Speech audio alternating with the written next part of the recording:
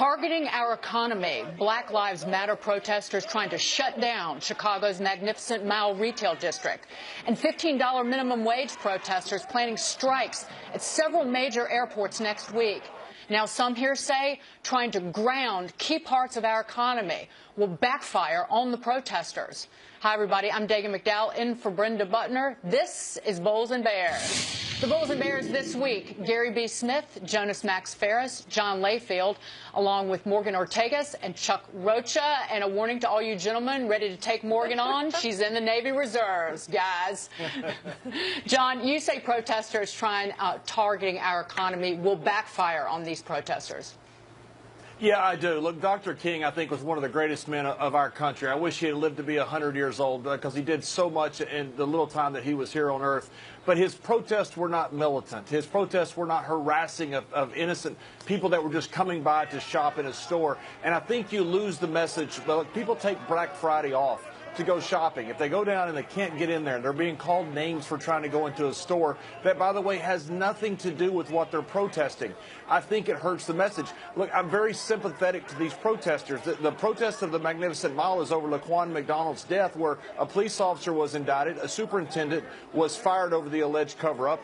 I agree with what their cause is. They want an elected civilian committee to oversee the police. I agree with that, but I think it's lost when they start doing things like protesting on the Magnificent Mile, and their message that they have, which is good, is lost as well. Morgan, do you think it'll backfire?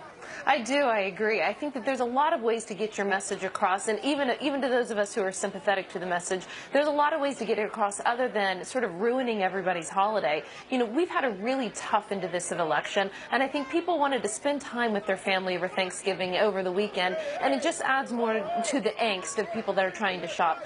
So, again, you know, I think there's other ways to do it to be peaceful without sort of ruining everybody's holiday, but I am sort of sympathetic to what they're trying to do. And Chuck, please explain to me how blocking the entrance to a Creighton barrel pushes your message about whatever you're trying to protest.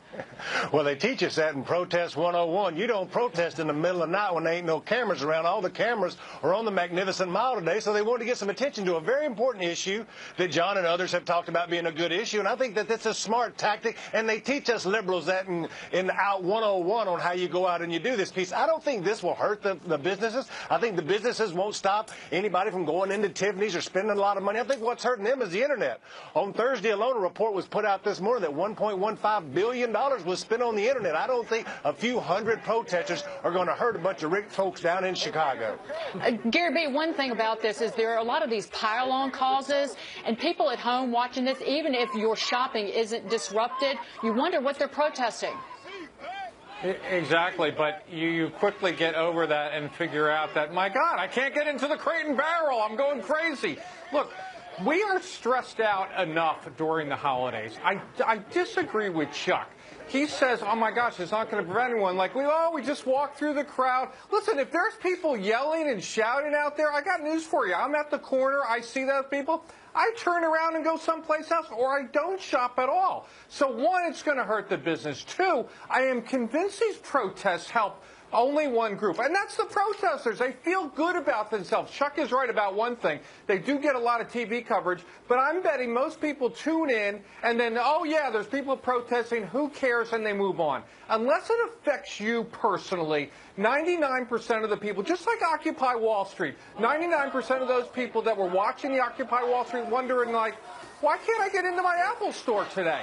That's what they care about. That's why this stuff is foolish. And it doesn't make any sense. But some protests do often work. You had that threatened strike at the Philadelphia airport. Remember that, Jonas? That kind of moved ahead the effort to unionize there. And you're going to have similar protests next week. Again, when you target, say, the airlines, that sometimes does work. Well, when you're at an airport, you have time to read things. These protests are in front of a Victoria's Secret. I think that's a good way not to have someone read the sign you're holding in front of the store. But I will also say it really depends what you're protesting. To bring up the MLK reference, You know, we have a path to voting for a lot of these things that is very successful. Look at all the states that added more minimum wage increases, for example. I don't think the average person who's shopping thinks that that's something you can't achieve locally with your elections.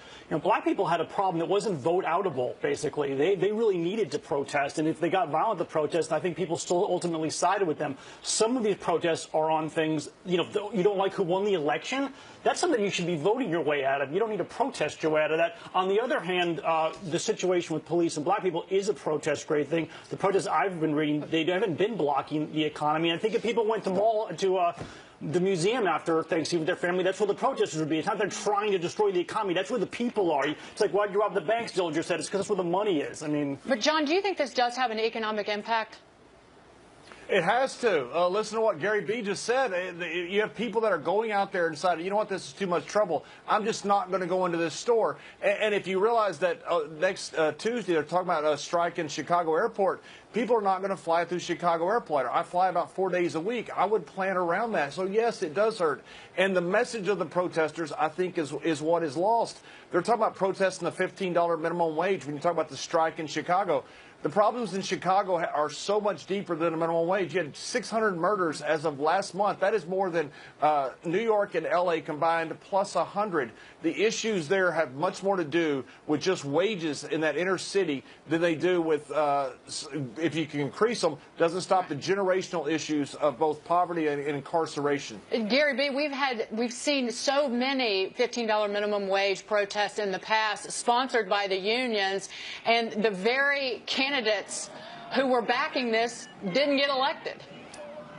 Yeah, exactly. Look, I think that people hear it, maybe to Jonas's point, they think about it, but you know, it's kind of like all politics is local. I think all politics is personal. If you're out there and you're one of those people making $12 an hour, you care about moving to $15 an hour.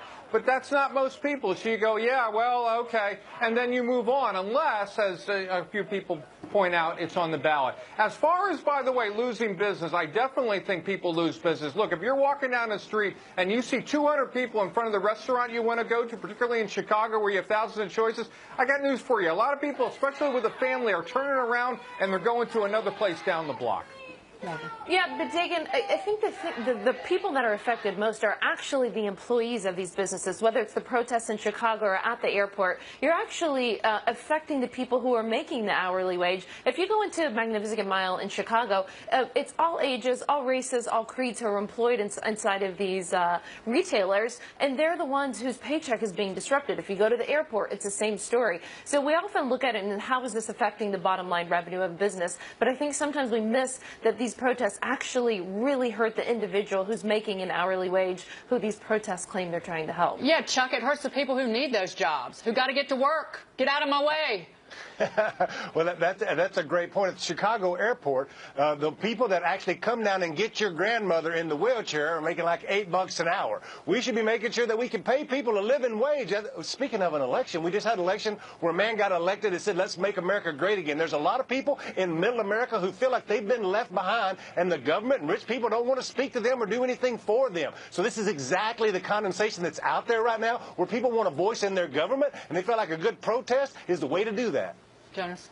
I think after what just happened in the elections, a lot of left-wing people particularly need to rethink strategies that may have worked in the 60s that may not be appropriate today to getting their policies achieved. Well, somebody explained to me with all these protests why we've got record highs on the stock market day after day after day in the last week. Gary B.?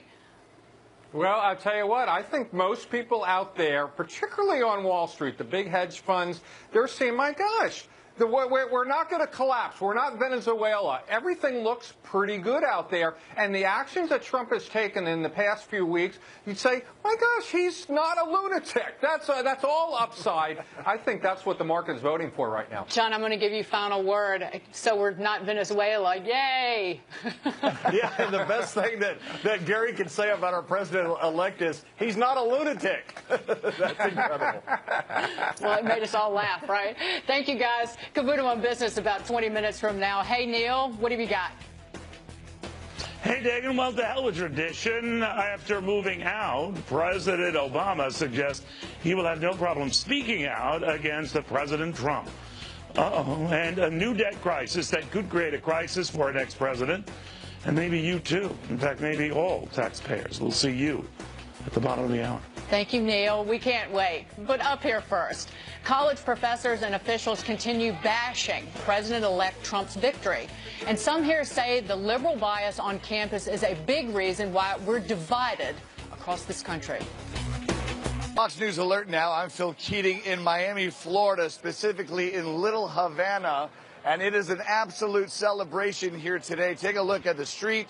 It is closed off to traffic.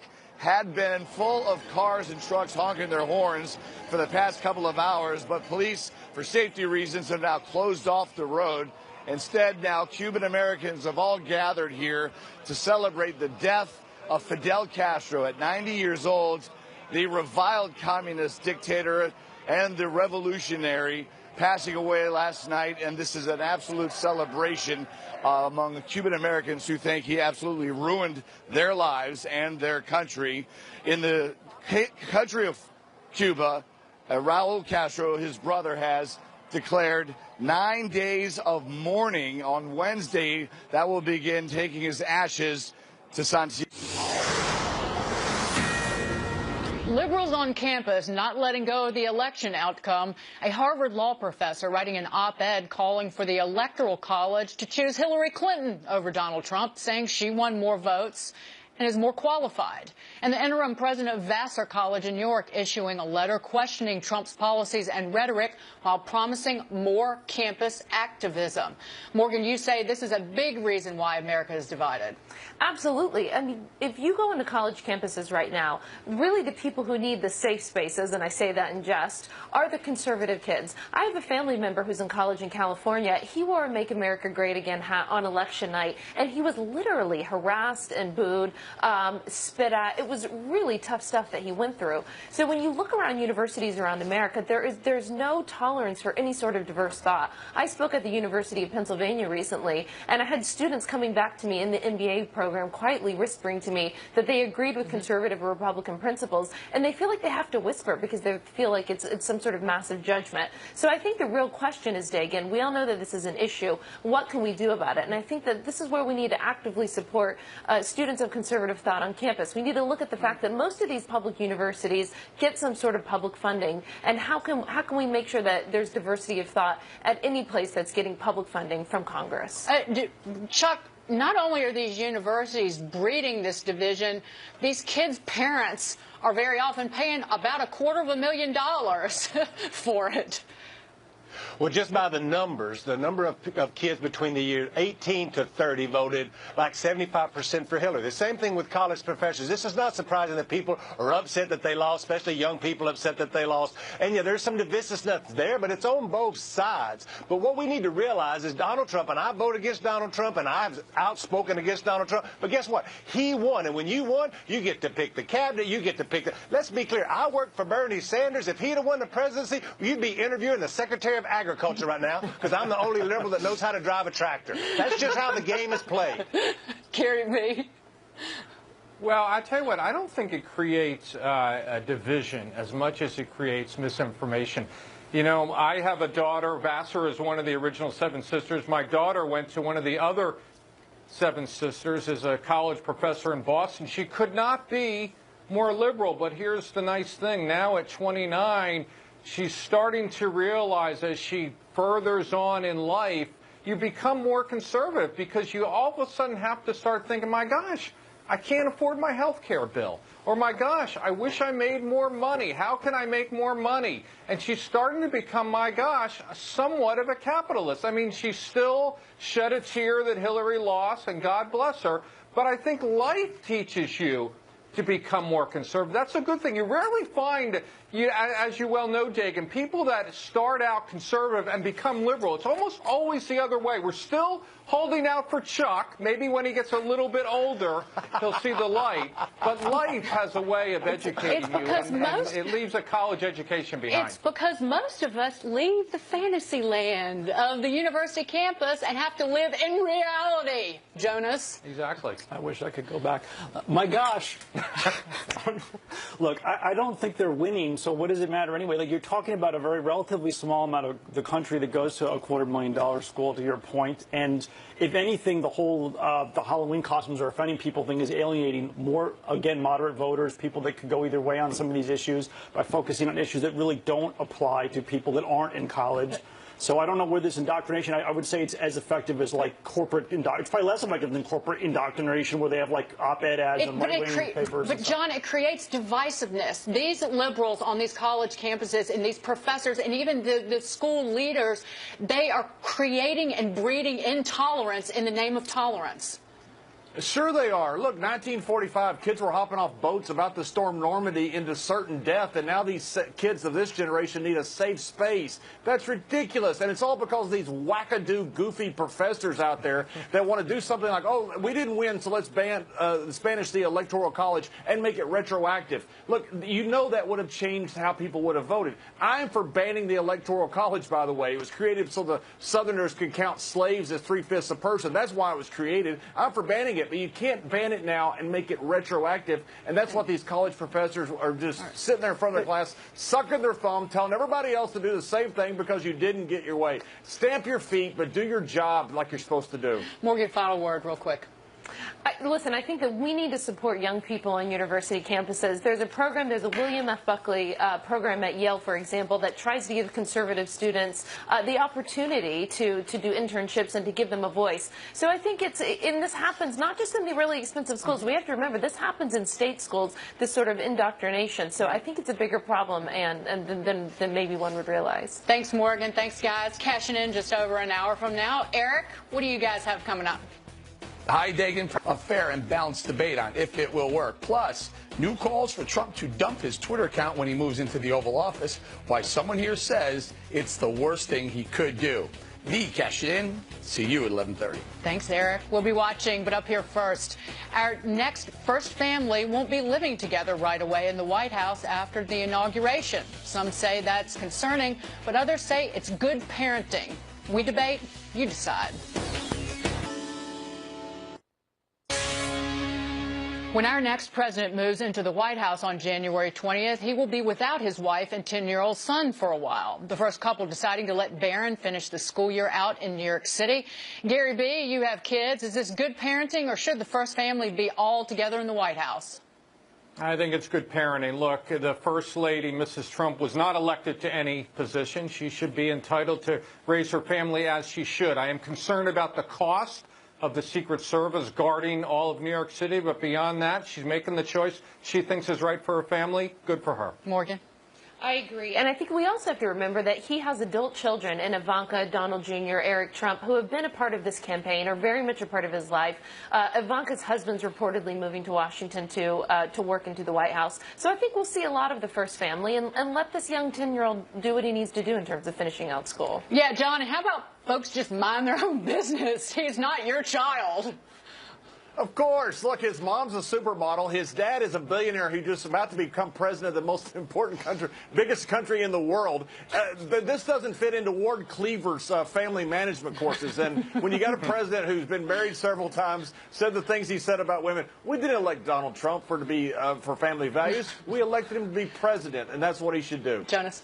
It's definitely not a Leave It to Beaver families, modern family with some gold leaf chairs, but at the end of the day, the voters seem to like it, so that's what it is, and that's the way they're raising their kids, and everyone knows the private schools in New York are better than D.C. area anyway, so take that, D.C. Chuck, final word to you, my friend. You know, this is scaring me because I'm going to sound a little bit like Gary B. I did wear my banker's vest just for Gary, so I tried to look like I was important. But what the deal is that they can stay up there, and I was a mama's boy, and he should stay up there with his mama. But what I'm going to say, Gary, you're going to like this, is they should reimburse the government for every day of security that they have to give to that boy and that woman up there in New York City. And we'd have expected the same thing of Barack Obama if his wife and two daughters would have stayed in Chicago. Thank you, Chuck. I bet you're wearing cowboy boots with that vest, though. Chuck, thank you so much. And a great thank you to Morgan as well. Thanks to both of you.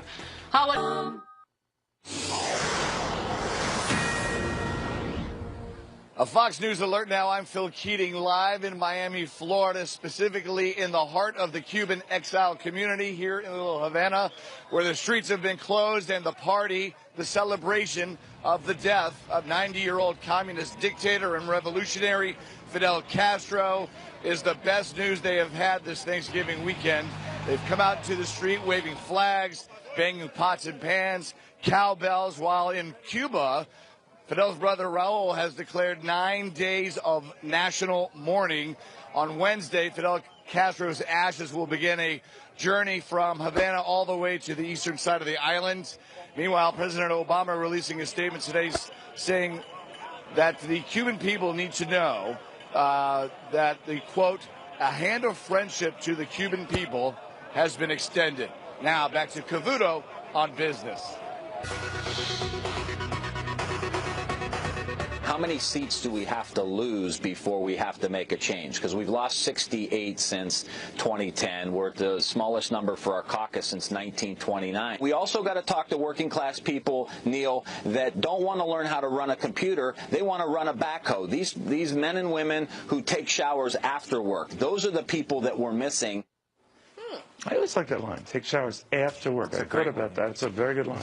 All right, well, are you sick and tired of following the leader? The new Ohio Democratic Congressman Tim Ryan is trying to unseat the leader, as in Nancy Pelosi. That vote is set for Wednesday. It's an uphill battle, to be sure. Gary, though, this does seem to be a changing of the guard, or at least an intent on the part of some rebellious, frustrated younger members to say, we've had it with the guard. What do you make of what's going on?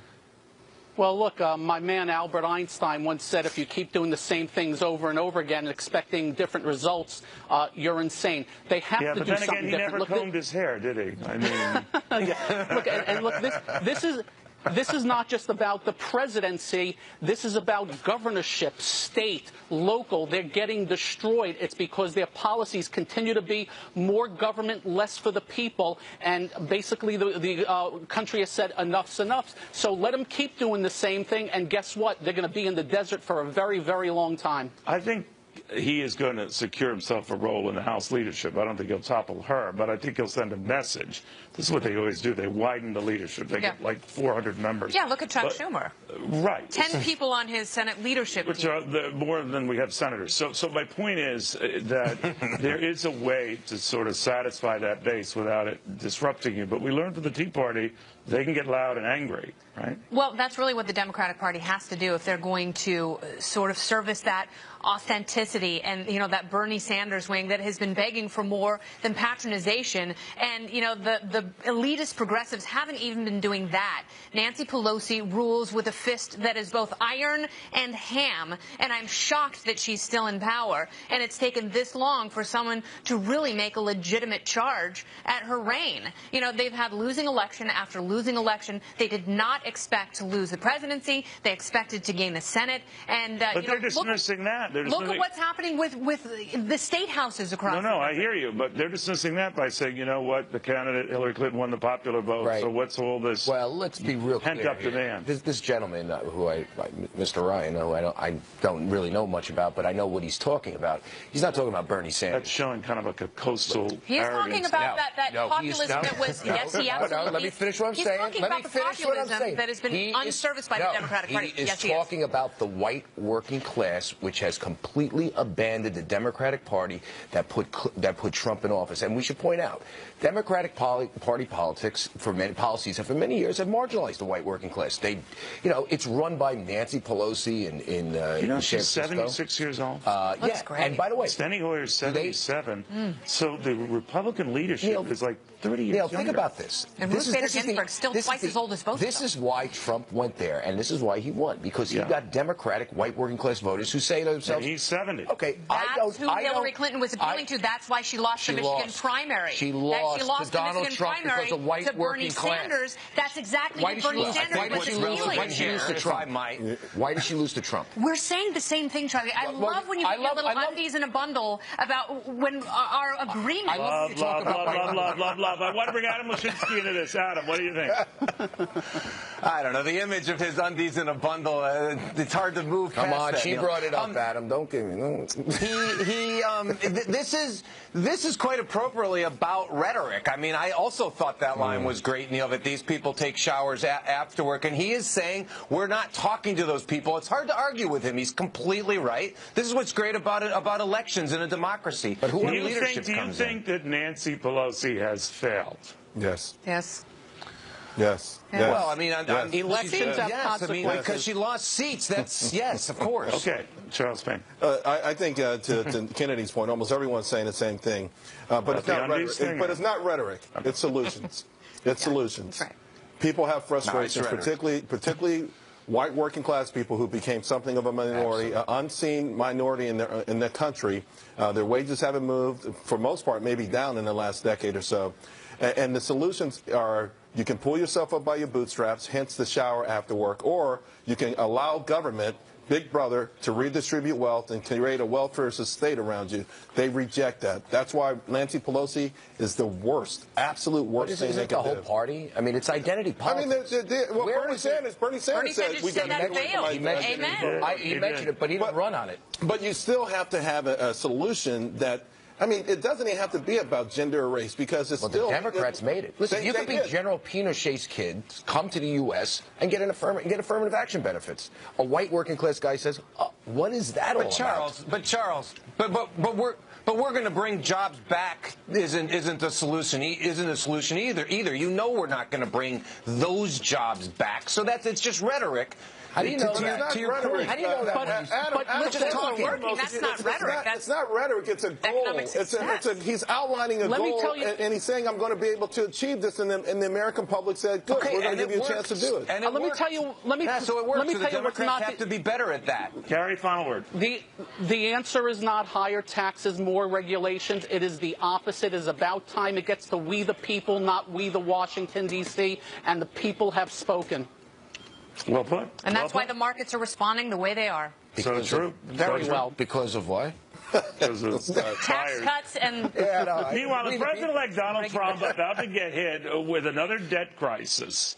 Charlie Gasparino on a breaking story that could break your heart and your bank account. Donald Trump may find himself swearing about yet another debt crisis. Student loan debt, already topping about $1.2 trillion, 11% of that in default. Major student loan service companies could go broke. And Charlie Gasparino, who broke the story, you say this could fall on someone. It's a huge, well, it's going to fall on the taxpayers, and it's a huge looming liability. I think the scarier number, even beyond 11%, which is pretty high. Think about the mortgage crisis. I believe mortgages, subprime mortgages were 8% in default, right? So we're talking 11% in default. But a smaller aggregate. Smaller aggregate, 1.3 trillion. There were countless trillions of all that garbage during the financial crisis. But, you know, Gary actually, Kaplan came up with this statistic the other day. 40% is delinquent. So this thing is the train is coming down the... Then what happens, Gary? Let's say Donald Trump has to deal with that on his watch because everyone's imploding here on it. Does he rescue? All I can tell you, if the trajectory is not changed, it's going to be on the taxpayer's head again. And look, I don't even blame the students. When you have all this easy... Why not let him rip? You're not going to rescue him. Look, I think you should leave it be and let this thing get paid down. But the problem is you keep having tuition go higher and higher because you enable these colleges to raise them left and right and never stop. And until that trajectory changes again, we're going to be in the soup and somebody's going to pay, and it's going to be the taxpayer. But Kennedy, you could make a statement here, whatever the risk, and they'd be huge and profound in that event. You let it happen.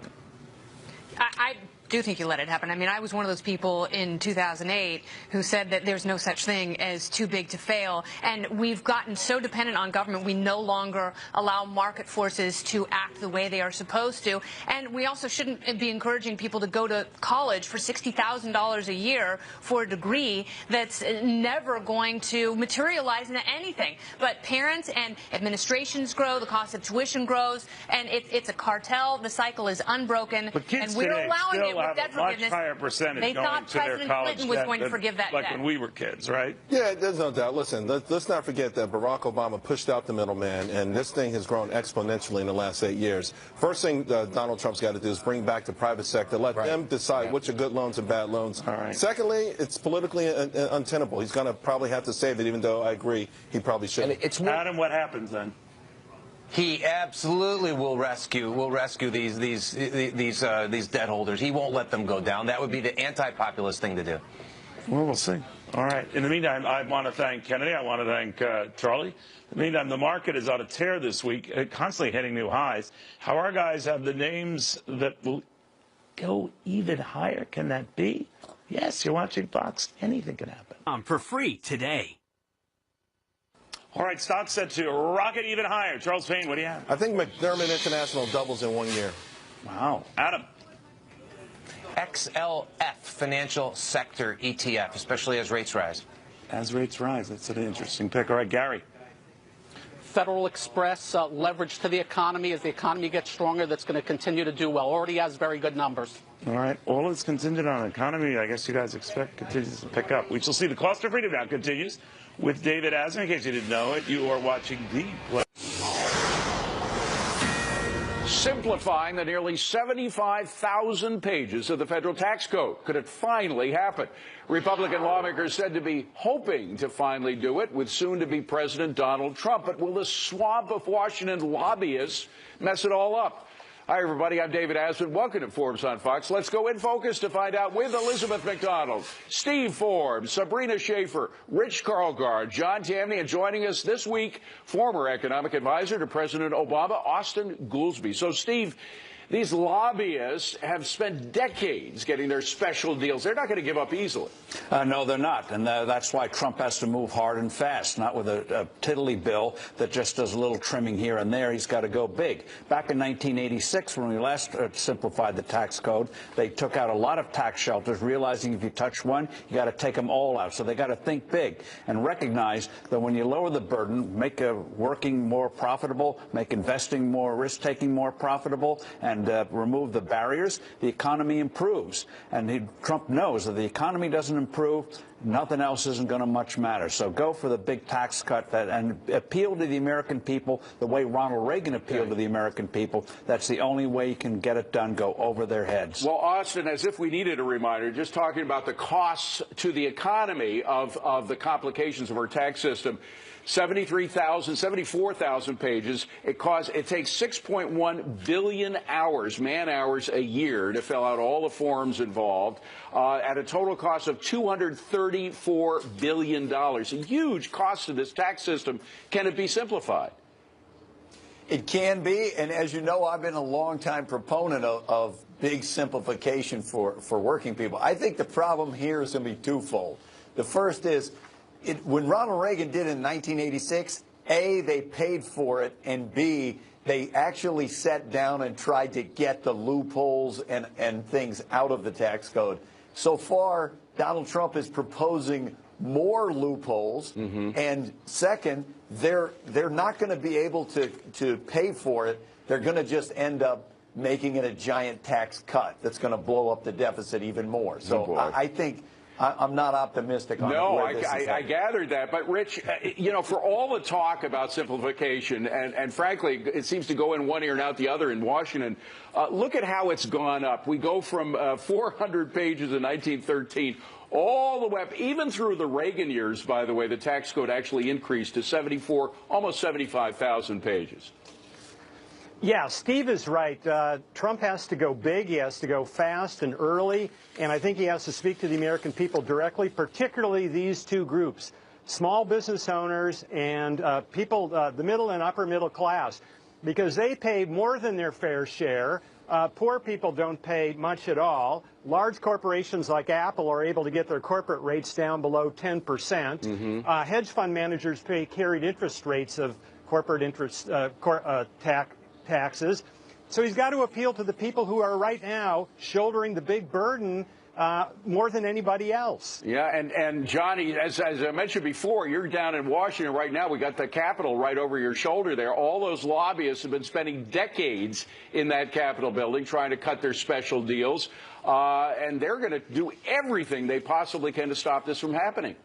Yeah, tax simplification would be great, but it's quite simply not going to happen. Politicians derive their power from the tax code's utter complexity. So to simplify, to give us a flat or a consumption tax would amount to politicians giving up not only all their power in office, but all their earnings power once they leave office. I'd love to see it happen. It won't. Well, the good thing, Emac, is that this is one thing that Paul Ryan and Donald Trump seem to agree on. And Paul Ryan has been putting together the plans for major simplification, lowering of rates for a long time. Here's how he'd do it. The top tax rates would go down, really be slashed. The corporate tax rates from 35% down to 15% if Trump gets his way. Individual tax rates would be cut. And, of course, the state tax would go down to zero. Yeah, and the plan's in there, too. There's a better way blueprint that's already in there in the Congress. I'm with Steve and Rich. Do it big, do it bold, do it fast. That's what John F. Kennedy did. You want to drain the swamp, drain Gucci Gulch of all the lobbyists, because, you know, the tax code is the 21st century pork barrel. And what Kennedy said is so important.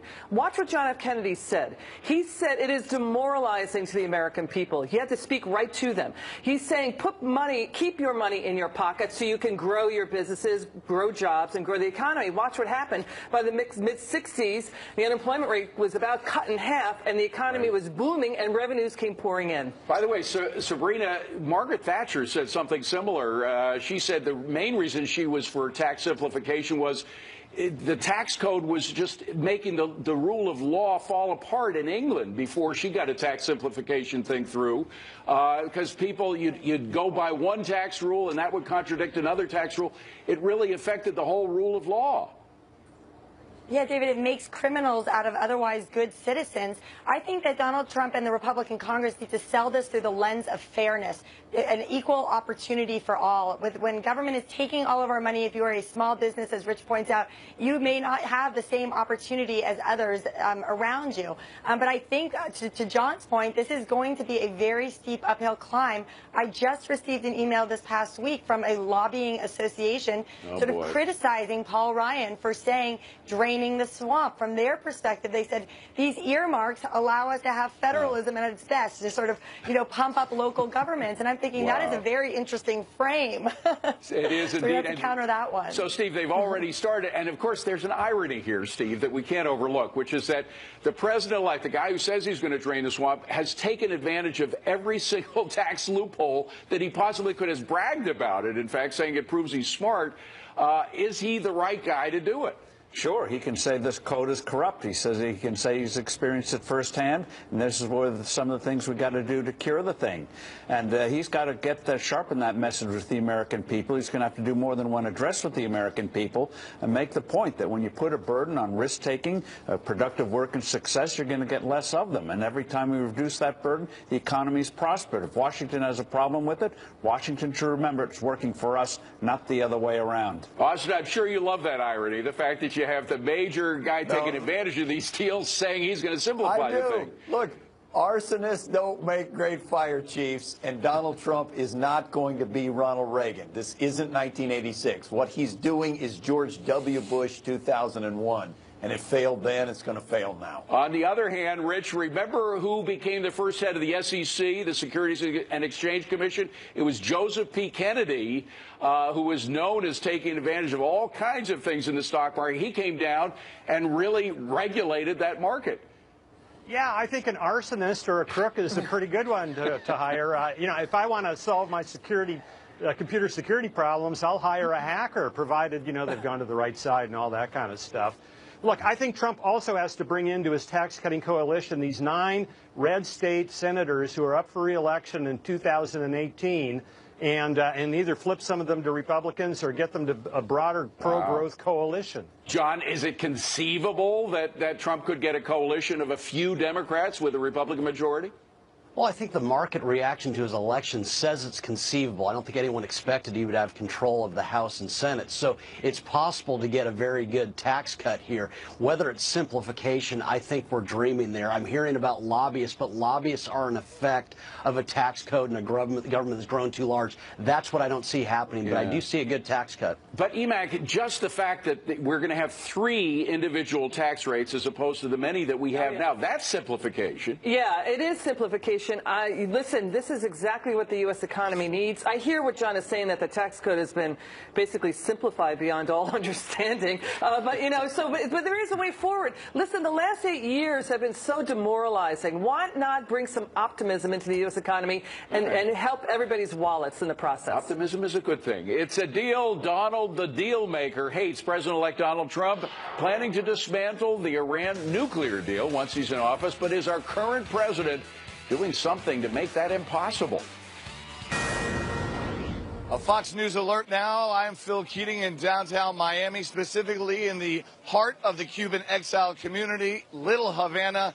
This is Cayo Street, and you can see it is an absolute spectacle of a celebration here on the news that Fidel Castro is now dead. 90 years old, Fidel Castro, the reviled communist dictator and revolutionary, is no longer alive on the planet, and that makes this crowd of Cuban American exiles extremely happy. I think it is the end of a horrible chapter in their lives. Many of these people came here from Cuba.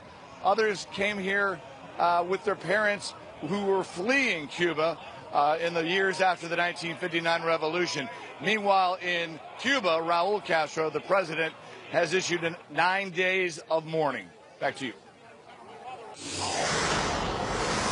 Iran now warning of retaliation if the U.S. breaches the nuclear deal as President-elect Donald Trump vows to unwind the deal. President Obama said to be encouraging new business ties with Iran to make it more difficult to scrap the deal. Sabrina, we had this letter come out from Paul Ryan essentially demanding that the president request that the administration take no further actions to bolster the international investment in Iran. But at the same time, the president is trying to get more businesses involved in Iran, so to make it more difficult for Donald Trump to tear up the deal. What do you think?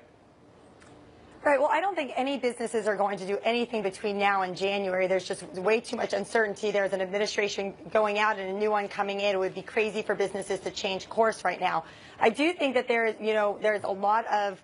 a lot of people, both Republicans and Democrats, urging President-elect Trump to slow roll things, to be very cautious in his actions in Iran. And I think that that's something that the country is going to stand behind. And Austin, meanwhile, the country's getting awful fed up with the way Iran's been dealing with all this. We had this announcement from the Iranian Supreme Leader Khamenei saying the current U.S. government has breached the nuclear deal on many occasions. Now, for them to tell us that we're breaching the deal is ridiculous after they've done it a number of times. Yeah, look, I'm not the biggest fan of the Iranian regime, that's for sure. I do know that if you look at several of the most outspoken critics of the deal when it was signed, the Israeli security establishment, Saudi Arabia, some of the leading Republicans, though a lot of those groups are now telling incoming President Donald Trump, don't just rip up the deal, please go slowly and be more judicious about it. Don't just keep threatening to throw it out, because there are aspects of it that are working. But, Steve, the Iranian belligerence towards us, time after time, even after the deal was signed, is sort of making Donald Trump say, let's tear the damn thing up. That's right, and Congress never really approved this, David. It was never put to the Senate as a treaty. It had this perverse thing where you had to get 2/3 vote against the thing to stop the thing. That is unconstitutional. And the Iranians have been violating the agreement, even off agreement. They once said they would put back their missile program. They're going full bore with that. So the next time they touch one of our sailors or our ships, we should go full bore. And in terms of sanctions, David, even if others don't go along, they want access to our market. They want access to the international banking system. We got a lot of leverage. Time to start using it. We do have leverage, but John, the House of Representatives already has reauthorized the Iranian Sanctions Act. Of course, it has to be signed by the president. This president won't sign it, but maybe the next one will, should he? Well, I don't see why. I mean, I look at these deals with irrelevant countries, and they strike me as full employment acts for foreign policy types. If Iran is such an errant regime, if it's such a bad regime, why on earth would we expect them to abide by any kind of deal? At which point we enter these deals, we give legitimacy to bad people, and we achieve nothing in terms of safety. Don't rip up a deal. Don't enter into these deals in the first place. Well, maybe that's it. But we have a deal right now, EMAC, and Americans are fed up with it and the Iranians. I think everybody's fed up with the Iranians. But when they really humiliated the U.S. Navy sailors, that was sort of the final straw. And by the way, this humiliation that we saw of our sailors comes in contrast to our rescue of some Iranian sailors the other day. Yeah, when the Iranian, they were stranded, and our guys went and rescued them. There's a shot right there. Where were those Iranian ships swarming and harassing our boats to save their own countrymen? They're AWOL. So we also gave them a case of water and a new battery for that boat. Listen, Steve is right. This is an unconstitutional deal. The Obama administration just did an end run around Congress. There are 36 bills right now circulating through Congress that would reenact sanctions on Iran. I hear what John Tamny is saying. However, this is really a really bad regime with nuclear-tipped missiles possibly on the way. I think Donald Trump needs to come in and really, he will take a look at this, a hard look at it, and hopefully step in. Rich, the attitude of the Iranians, I think it's very simple. It's like you treat a bully, you give a bully what he wants, and he'll ask for more and more and become more belligerent. That's what's happening. The Obama administration has been rewarding bad behavior, and so you get more bad behavior, right? Yeah, well, that is always and everywhere true. Steve is right. We have a lot of leverage here, but I think, whereas you want to fight a battle over taxes in the public, you take the case to the public and you fight it in the press. This is a case where you do want to do the opposite. You want to be quietly strong, you want to work the back channels, and you back it up with action. Okay, gang, that's it for this segment. The Cashing In Gang getting ready to roll at the bottom of the hour. Eric, what do you got? Hey, David.